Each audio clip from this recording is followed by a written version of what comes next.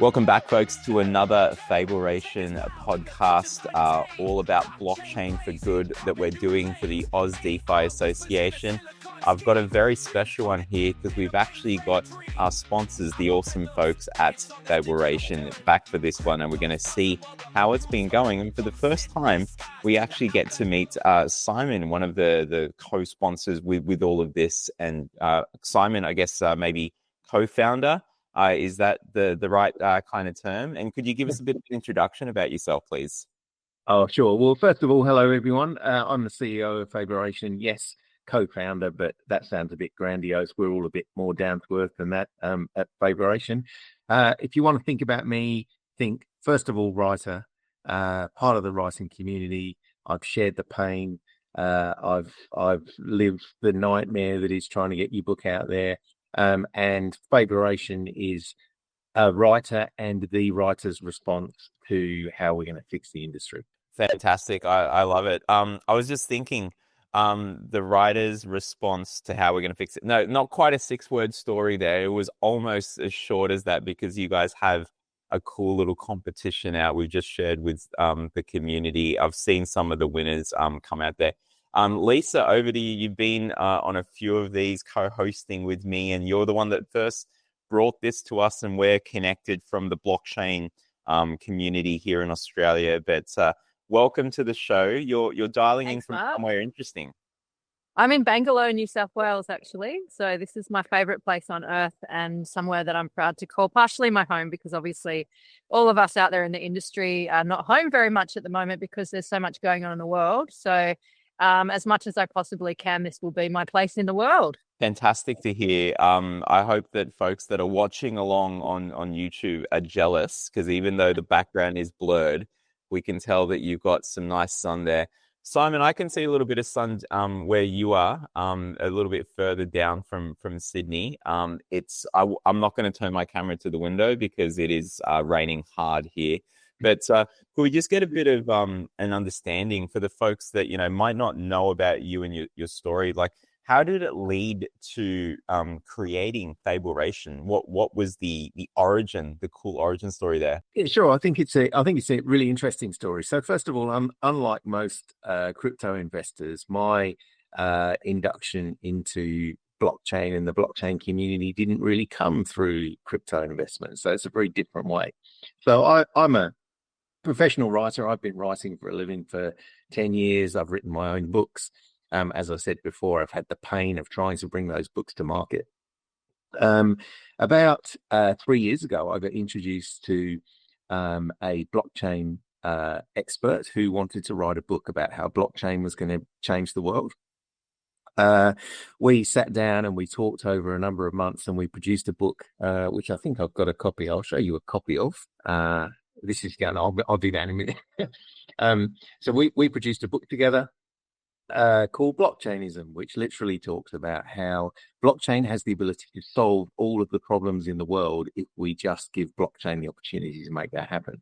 And then after we produced the book, he said to me, "Now, how are we going to take the book to market?" And I think I laughed at him at that point. And he said, "Well, why are you laughing?" And I said, "Because if I knew how to bring a book to market, I wouldn't be writing your books. I'd be writing my books." Yeah. And he said, "Okay, well, I'm sure we can work to solve that problem. Go away, spend 3 months researching the publishing industry and come back and tell me what's wrong with it. And then let's work out how we fix it." So I did a lot of research. I totally understood that the problem in the market is from start to finish. So an author, for example, takes 2 years to write a book.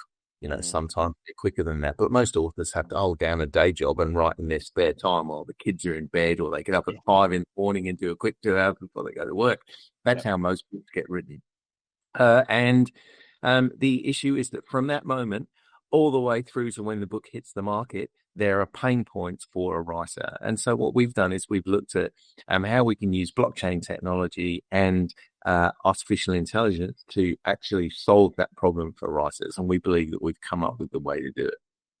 And how how awesome it is, first of all, like that it's someone that is actually, feeling the pain. Like, I'm a technologist at heart. There are a few things I've done outside of technology where I'm like, I really truly understand the pain points. But even if you haven't, like, partnering, like say this person as a tech person partnering with you that really understand the industry and can get into the details there.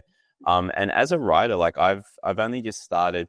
It maybe serendipity, maybe serendipity is at play here, because I read a lot of books, a lot of, like, spy novels. That was my thing in terms of nonfiction. But this year, my girlfriend was taking me to things like Sydney Writers Festival, and knowing Fableration, I'm just looking around and seeing all of these massive opportunities to really, not, the word upend is not to be negative, but I just think to improve the industry that is there. And have you been taking this out there? Because I wanted to see how this is all going now. Like, are you taking this out there to the traditional kind of, like, I see when you do something in healthcare or legal or finance, it's like you start to, like, explore with friendlies how this tech, how this thing that you're building could, potentially affect in a positive way. Are you taking Fableration back to writers, like, here in Australia, or are you seeing stuff overseas? How is that looking? How's it being received? That's a massive question. So let's Sorry. start at the beginning of that. So the first one is with writers' festivals. I think if you think about writers' festivals, they're a perfect microcosm of some of the problems in the publishing industry. Whether you go to Sydney Writers' Festival, Brisbane Writers' Festival, Melbourne Writers' Festival, I'm sure other festivals across the world, that predominantly you're listening to the same people talking. And the reason is because they're all on the same promotional bandwagon.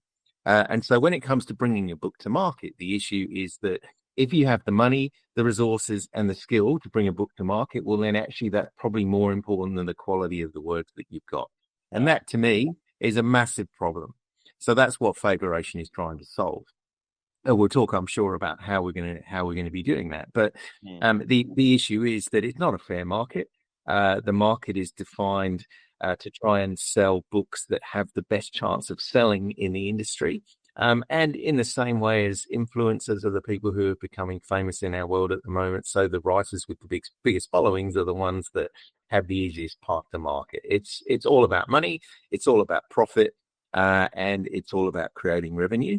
And then the other issue is how that revenue is divvied up amongst the audience. And no surprise, the writers are the ones who receive the least. But the next part of your question was how are we taking this out to market? I mean, our try and be everywhere at the moment. So the first thing we're trying to do is to embrace the writing community and give them a fair opportunity to have their stories read. So we've created a short story competition. This is our second one that we have in the market at the moment. And the top prize is 1 Bitcoin. Not just Bitcoin, but 1 Bitcoin that has your name etched on the bottom. Oh my gosh.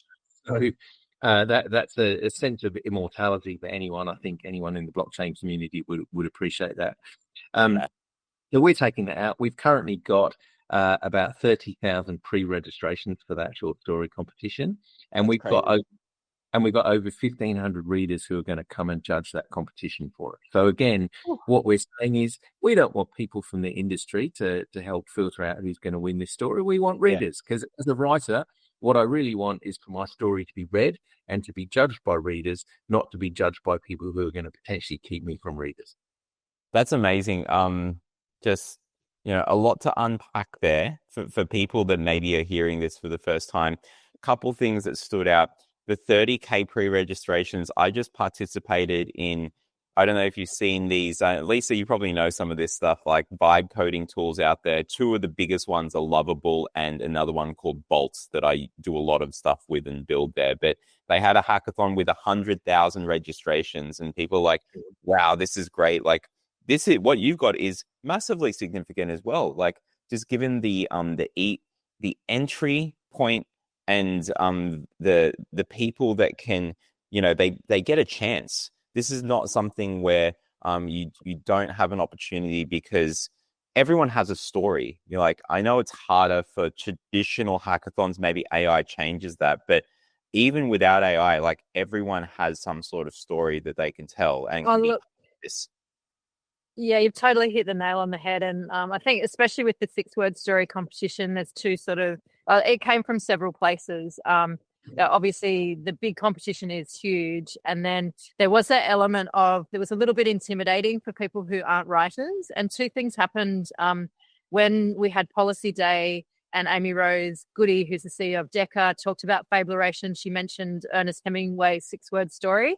And I was like, oh, I wonder if that makes it more accessible, because we were getting feedback from our industry of people who wanted to participate but felt very intimidated by the big, hairy, one Bitcoin prize and all of that. And then very sadly, my cousin passed away earlier in the year. And on his last Facebook post, and I will actually try not to get emotional, I didn't expect that. On his last Facebook post, he said, "Everyone has a story. This is mine." Now that's almost 6 words, right? Wow. And Yeah. I didn't know that until his funeral. And then all these things just clicked into place. So it takes a long time to get an initiative up and running, especially buy-in and organizing prizes and things like that. But actually, the other co-founder and author of the book that Simon is referring to, when we originally set that, we decided we might like to do that every day, because I was so overwhelmed on the first day, because everyone's got these stories that they're sharing. And we're just so interested in those, because at the end of the day, it can be something that connects us all. Because even, I don't know if you remember Facebook in the very beginning, it was kind of like that. It wasn't sharing your status. It was like a different question. And I cringe sometimes when I go back to my early Facebook posts, but I think if people are actually empowered to share their story, then they feel more connected with each other. And at the end of the day, stories connect us. And so, we're really keen for the readers competition to judge the big competition. And we're also really interested in this grassroots. How do we hear you? How do we see what's going on out there in our community? And also, don't tell anybody, but Simon and I are the judges, and God, reading them all and everything like that. So it's been super fun, and we're hoping to keep it going, because, just listening to people's stories is super powerful. I've got a little idea one here, just, because obviously inspired by what you guys are doing and, sharing the 6-word story thing. But one that I thought was cool out of the drafts was ideas sparked, Fableration made them echo. Because I think that's what you guys are really doing. A lot of people they have this kind of stuff just sit, gather dust, not think that it's of any value. You're shining a light on the value that people can bring in. I think even just by participating, they get something out of it, because it gets them off their butts and doing something that they may not have. So this is more of a movement than a competition. So I hope that, yeah. It's funny because we did the panel last night for F10 year. I don't want to date this podcast, but we, in the moment, someone asks you like the last 30 seconds of what you say on a panel. And to me, all of this is the intersectionality of that moment in time. Bitcoin at 2008, sustainable finance, all of those things I'm so passionate about. And to be understood, when I was at Bendigo Bank, I did a course by a guy called Jonathan Fields, and he said, don't start a movement, start a revolution. And I'm so passionate about Fableration because I really see that we can do something like that. Now, I just saw my my CEO there cringe because we're trying to call it a literary renaissance. However, I'm me, and secretly, I just want it to be a revolution for people who don't get paid properly in their field and their profession. Because Fableration is not only, when we talk about blockchain for good, it's actually a payment mechanism. And sorry, anyone who regulators, because the payment rails aren't built yet for obvious reasons. But in the future, writers will get paid immediately for their content. Now, what that content looks like, it's not for us to decide, right? If it's a 6-word story, it's a 6-word story. If it's a 60,000 word story or War and Peace and someone wants to read it, we're there to facilitate people getting paid fairly and getting access to books that they actually want to read, not getting something shoved down their throat by Amazon or, whatever search engine tells them the best book is because they want to sell more copies of it. It will align to what they want to read. And, the other thing that I'm learning is, like, we've almost become advocates for AI. Because the lack of trust in AI out there has blown my mind, because I'm just like the person who loves AI, and I never saw that coming. So I do think that it's a really beautiful use case as well for us to gently build trust in AI through people getting paid properly and people getting the results that they want to see when they're searching, because AI should be about saving time, not about results being paid. And actually, one of the things that happened, I won't name names or anything. However, I was in a room yesterday where everybody was very excited because something came up in a ChatGPT search, and actually the marketing team in the room said, "Oh yeah, we facilitated that through using agentic search engine techniques, which are now the new go-to." So we actually really need to be very careful that AI is not filtered in and of itself through people paying for agentic search engines that are backed into these search engines that we're looking at.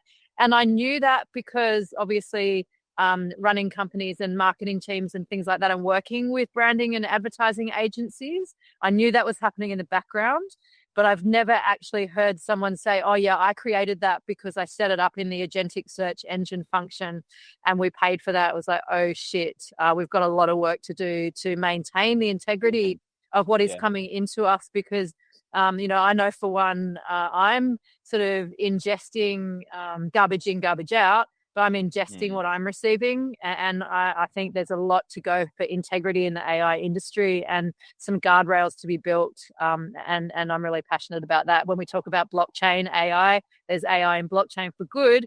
This is these are the conversations we need to be having. And Simon and I are certainly copying it out there with a lot of the lack of trust from the writing community, which Simon might want to go into a little bit more now. Yeah. I was going to pick up on that, but I didn't want to interrupt you, Lisa. I think there's so much to talk about there. Let me just touch on the feed and the concept of perspective first. So beyond helping writers to bring their books to market, we're taking a stand on this issue of what you see is crafted to be more of the same.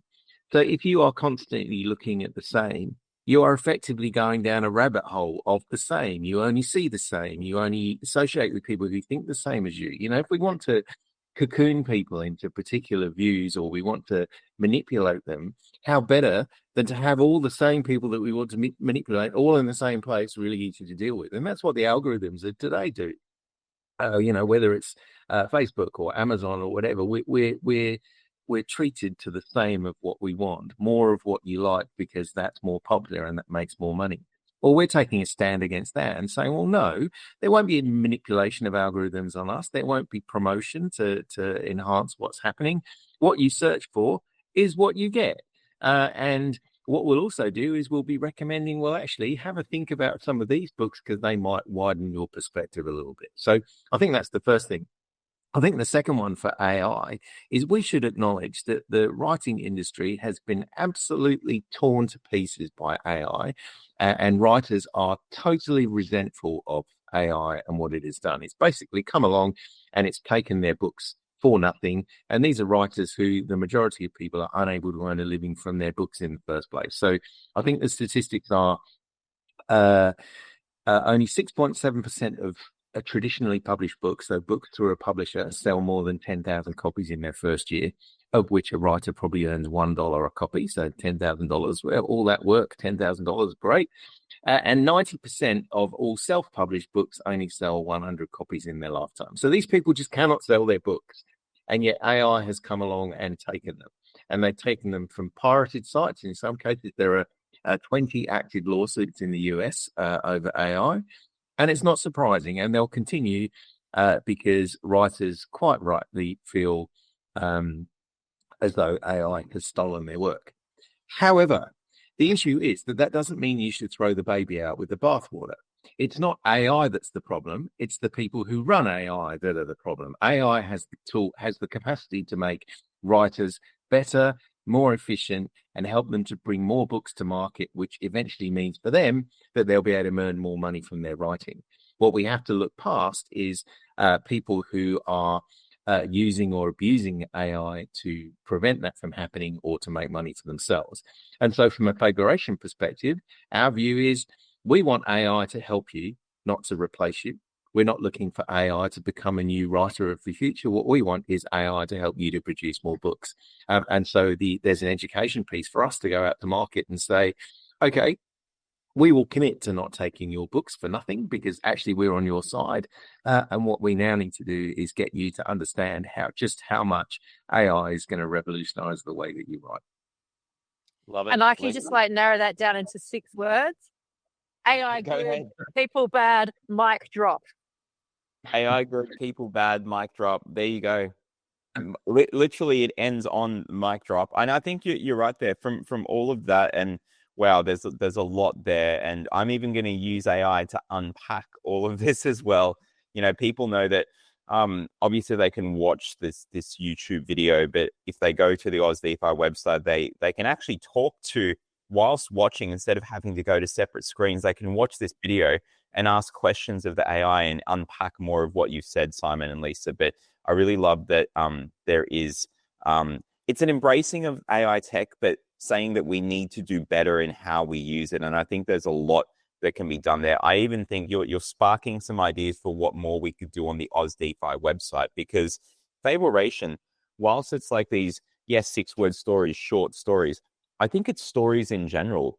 I reckon that there's something there. We've got a bunch of advocacy tools that are powered by AI on the AusDeFi website that we could do more with your ideas coming together to help people advocate for blockchain, advocate for AI, talk about this space. Like, we built tools that you can help explain blockchain to your family members, colleagues, or other people, just so that it makes life easier, because when we can tell stories in different levels of understanding, and AI is very good at doing that, explain it like I'm 5, explain it like I'm an expert, whatever that is, I think it's really about getting that message out there.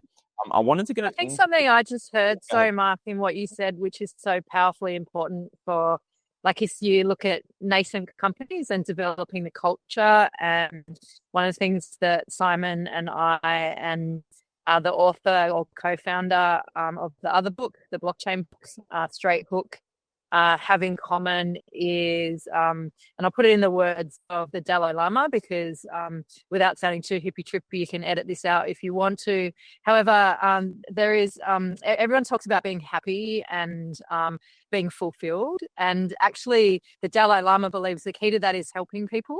And really, that's the essence of this project, and hopefully the essence of what we can deliver and bring, and almost like the soul of the business, without being too hippy-trippy. I am a yoga teacher, so I get a little pass on that.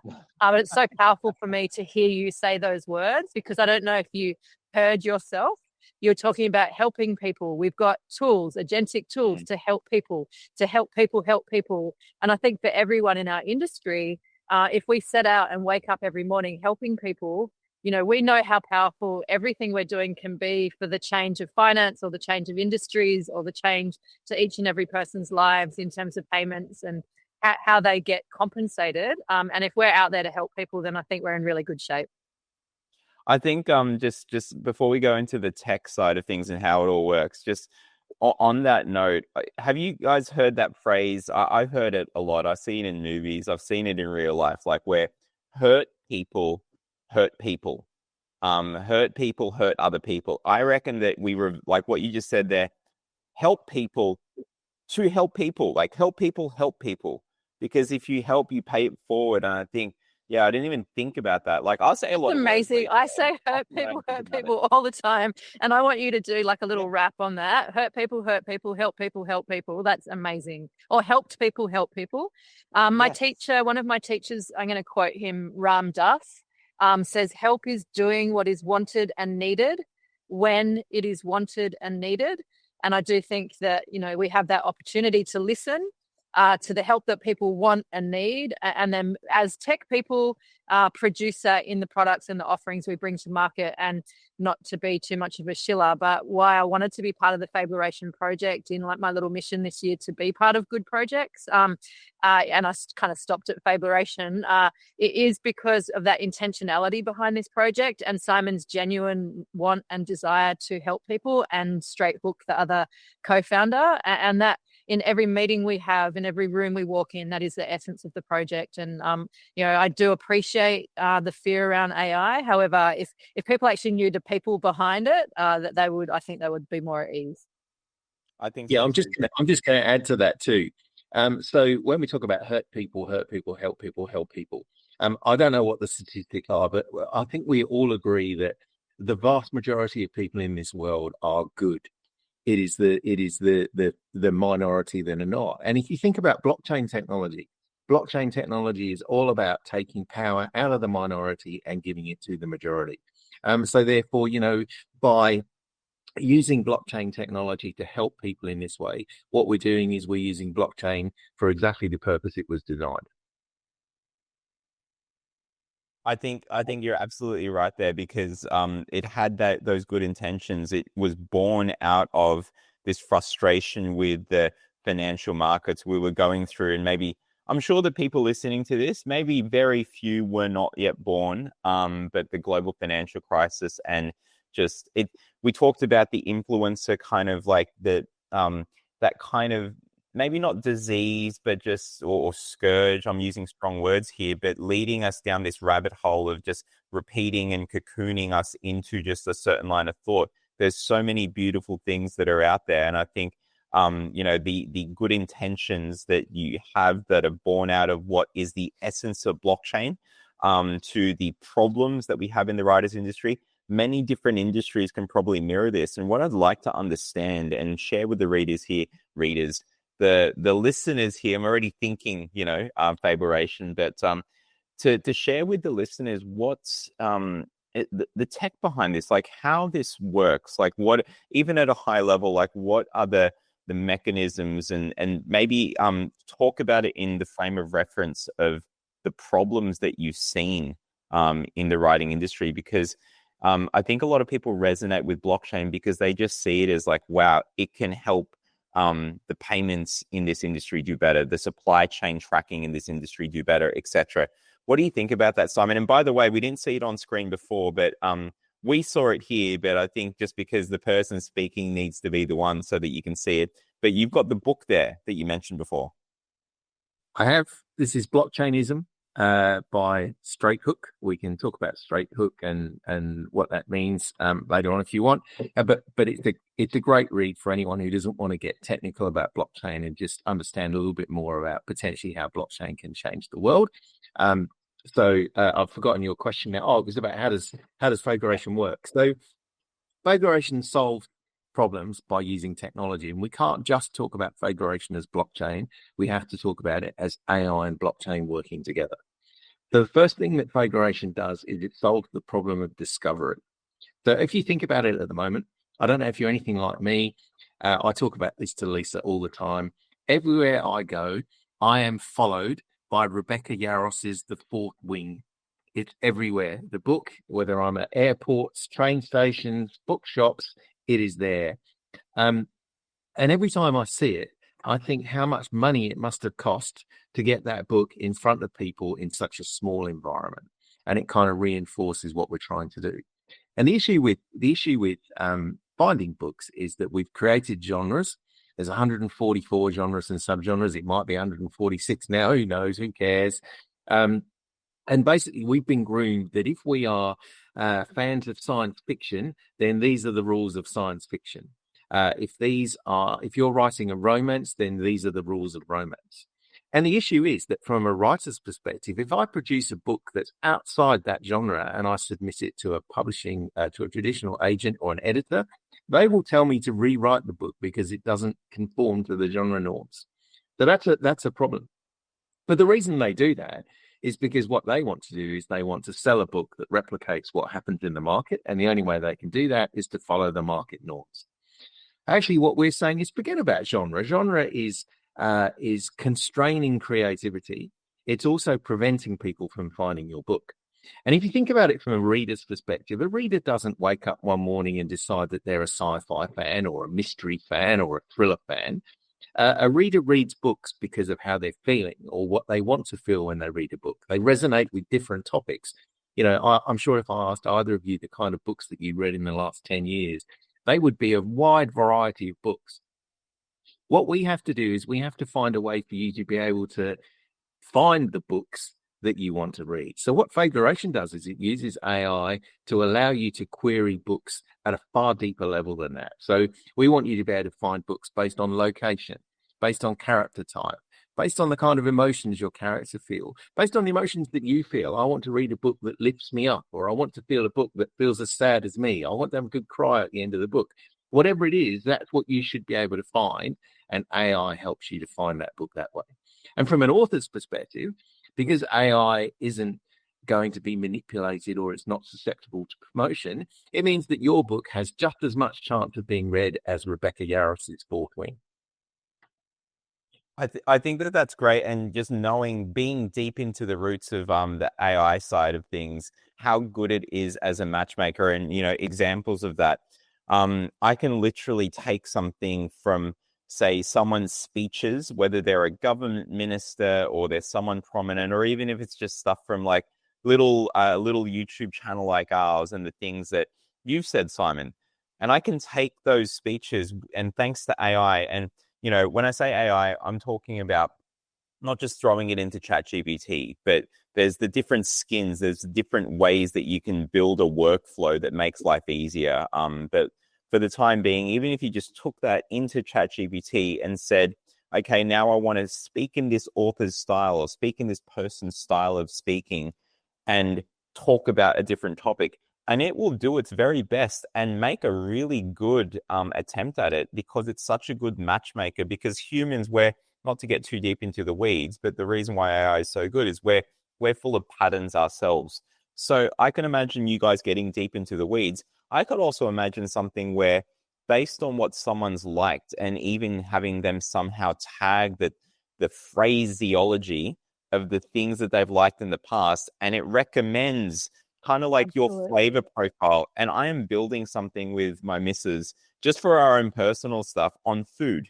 And it takes into account our flavor profiles of things we've liked from different restaurants. And guess what? Because I've got all this information about restaurants we haven't been to, it's such a good matchmaker. So I love that you guys are doing that kind of stuff, because I feel that's a massive missing piece. A lot of people, we just guess based on who the author is, what the cover looks like, a bit of skimming at the book at an airport lounge or something. We don't know as much yet. We've got technology. If I could jump into, so you just gave me a little bit of an idea to imagine if you had your smart glasses on and it picked up the books that you put down at the airport. But let's do no more ideas. Just working backwards, actually, on that tech question and from what Simon said, because really, the way I've come to look at this platform is that it's basically a connection to the creator economy, which could be any economy for that matter. And also a marketing platform for writers who are relatively unknown, because all the writers that I've met, of which there have been like hundreds now on this project, that they all say the same thing. I don't like talking about myself. I don't like marketing my work. And it's astounding for these like effective geniuses to not want to talk about these things that they spent all this time doing, because it becomes so personal, and it's like a thing that I think we can really help with. And just working in the tech backwards, because the tech stack is super important for, I think, this model for helping creator economy, any economy. And when you look at the end game, which is, or the heart of it, which is Phoebe, which is on the back of my t-shirt, actually, who's our AI bot. Phoebe really is what I would call an indie AI, like an independent AI that allows for that connection with the human who is our customer. And we've got to build AI, we've got to train it, all of those things. But like you're saying, like to actually connect with a customer, keep those profiles, keep that level of understanding. And then what sits then inside of that in the stack is like financial model, the ability to upload, the ability to read all through EPUBs, which, so what, there's Kindle and everything like that. However, if that's done in a really efficient way, that's still helping people. And then the Wallet Connect and the registration, those tech and stack layers, as you're saying, they are really our pathway to allowing, what we can do, which is then fractionalize commercials to make them more accessible for everybody, because the heart and soul of the pricing model in Fableration really is that when the writers start to, the more books that get sold, the cheaper the price gets, which just sounds like economics 101.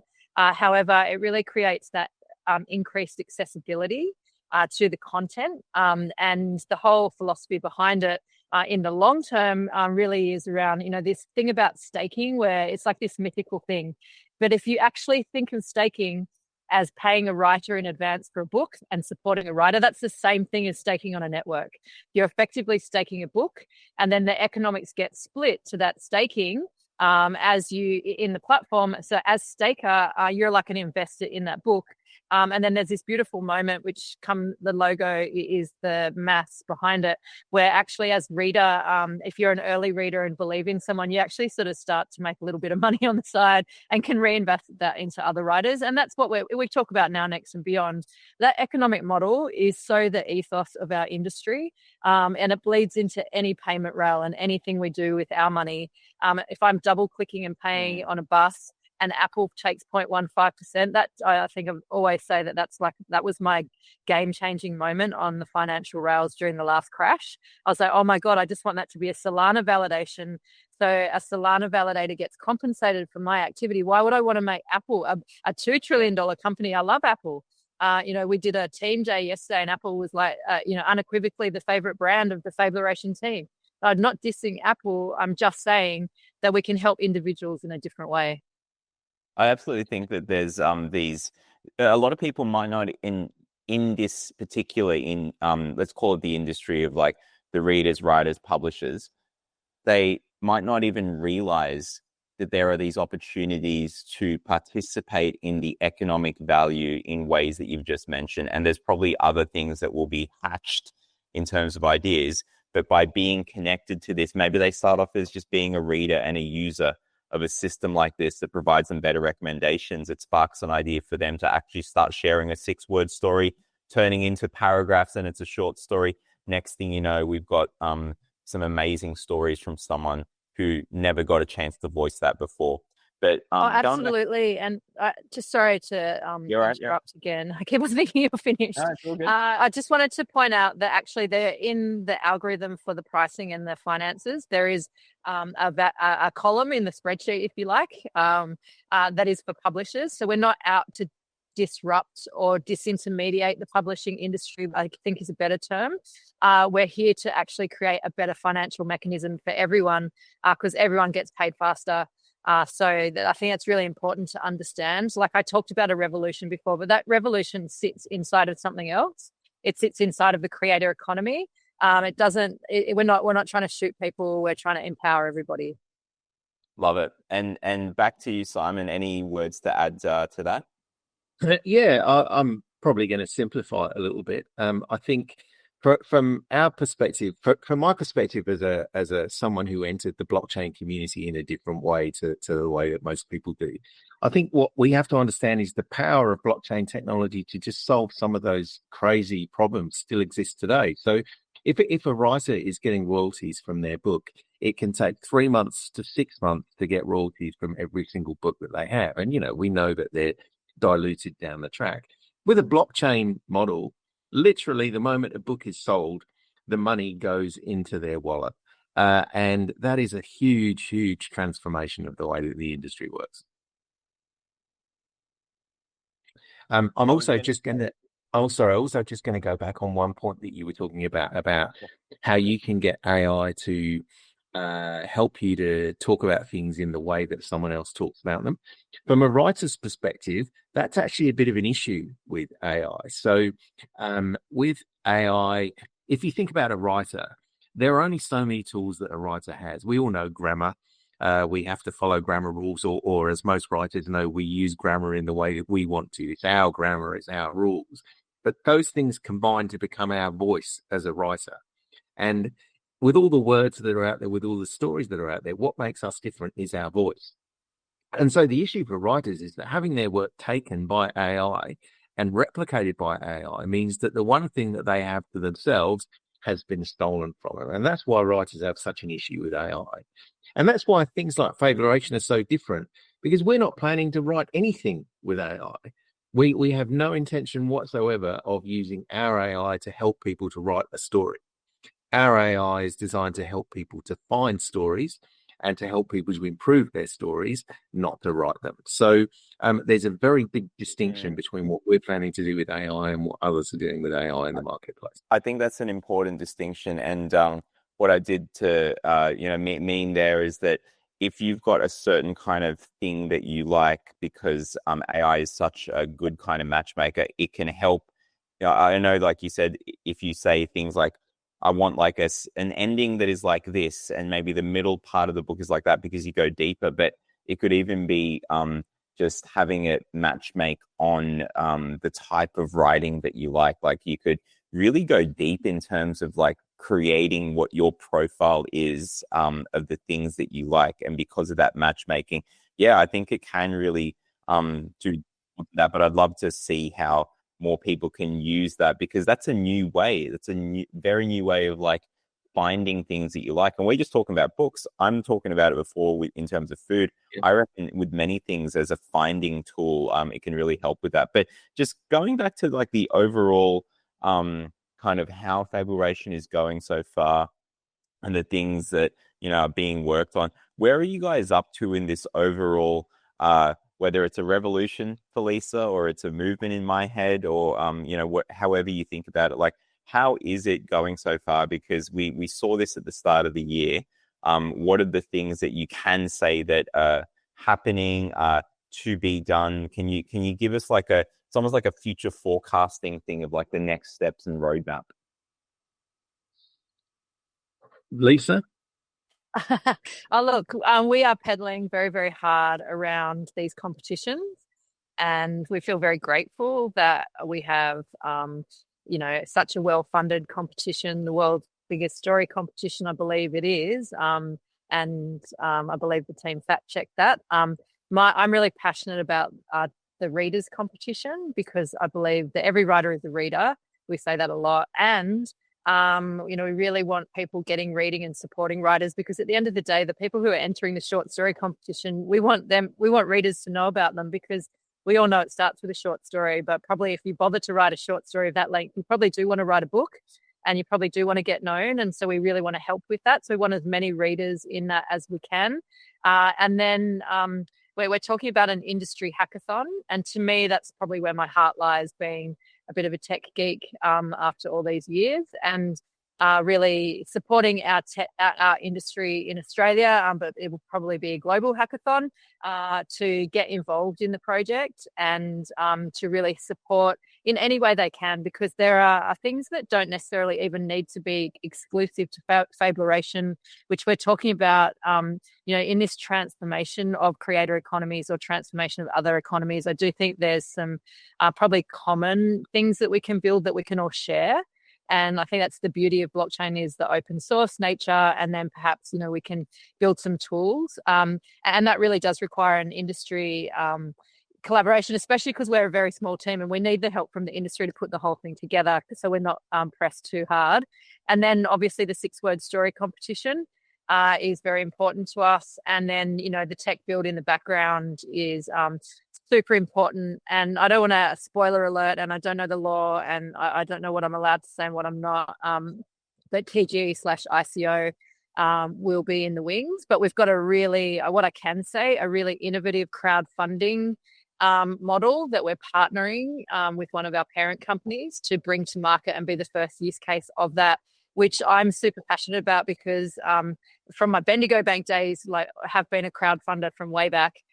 And to me, as soon as I heard about this model and was honoured enough to participate in some of the early thinking around it, it's really cool to have this project as part of that as well. So it's almost like an innovation inside of an innovation. So you'll see that probably around CoinFest in Bali, we'll be talking about that, we hope.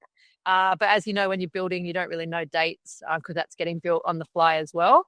And then a really important for people entering the 6-word competition and who are Web3 savvy, the intersectionality of that, where Phoebe is going to be part of the crowdfunding campaign. And for anyone who partners with us now, we're going to do some dinners to acknowledge everybody along the way. There'll be some really cool NFT drops. We've got a designer working really hard on actually bringing Phoebe to life. I don't think we're trying to be the Bored Ape Yacht Club, but there's some cool features being built. So you'll see some airdrops and just some authentic Web3, degen awareness campaigns like that, which obviously I'm super excited about. So anyone that's at CoinFest will probably have a low profile at Token, but we'll be there. There'll be a lot of activity around Australia, and obviously we're really loving Oz DeFi and working with you for all of the reasons. So hopefully we'll be at every Oz DeFi event, and really bringing Fableration to market as something in this. I sort of think there's a bit of an altcoin rally coming. We all do, but this will be there's very few Australian homegrown products actually. So we've been talking about a big launch here at some point, but I don't know the date of that. So watch this space, watch this space, watch this space. 6 words. Very good. We've got an Oz DeFi event coming up we're filming at the end of July, 31st, literally the end. We've got an Oz DeFi event in Sydney coming up on the 27th of August. So not sure what your calendars are like, whether you video in or you might be around in person, but yeah, we'd love to and continue sharing more of the story. Sorry, Lisa? I'll be back. Okay. In Sydney, hopefully then. Okay, well let's see. And Simon, just as we close up, any final words from yous? I'm losing my English here. I need the AI to help me, but from you in terms of the people that are listening or watching, or they might even be having this on silent because they're just talking to the AI, asking about the things that are said here, because maybe they're doing it at work because they're really interested. But just have you got some final thoughts for the viewers? Final thoughts. I think, look, when anyone's bringing a startup to market, there's a lot of work that needs to get done, and there's a lot of focus and a lot of attention on what they do. I think what I would ask everyone to do is to keep focusing on the purpose for why we're doing this. This is a company that has been built from the start and continues to operate with the view of helping the people that are going to be using it. This is the only instance of a company I can think of that is actually trying to benefit every single person who uses its platform, whether that's publishers, writers, readers. Everybody will have skin in the game on Fableration, and I think that is the way that as a community we can move forward, and as a majority we can move forward, and that's how we can transition to a new industry. Love it. Some very, very wise words there. I feel like there's been a lot of great phrases that have come out of this, a lot of really cool quotes, but they're all very meaningful. They're all related, going back to it. We're helping people, and this is not, I think industries before in the past have kind of left a lot of people behind. This can be a shining light, an example of how we can do better, starting with this particular industry, the writer, publisher, reader industry. But I hope that others see what's being done here and have ideas sparked as well. But for now, Lisa, Wade, Simon, Harding, thank you so much for your time. Thank you. Thanks, Lovely Mark. talking And to you. thanks for all you do for our industry too. You're always there supporting everybody. So thank you. I appreciate that. And we will see you guys for another follow-up, and we'll get some further great guests on. Cheers. Great. Thank you. Bye.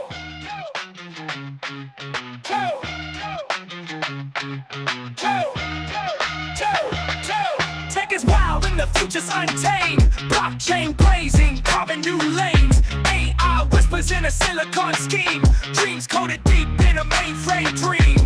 Algorithms dance on this digital dirt.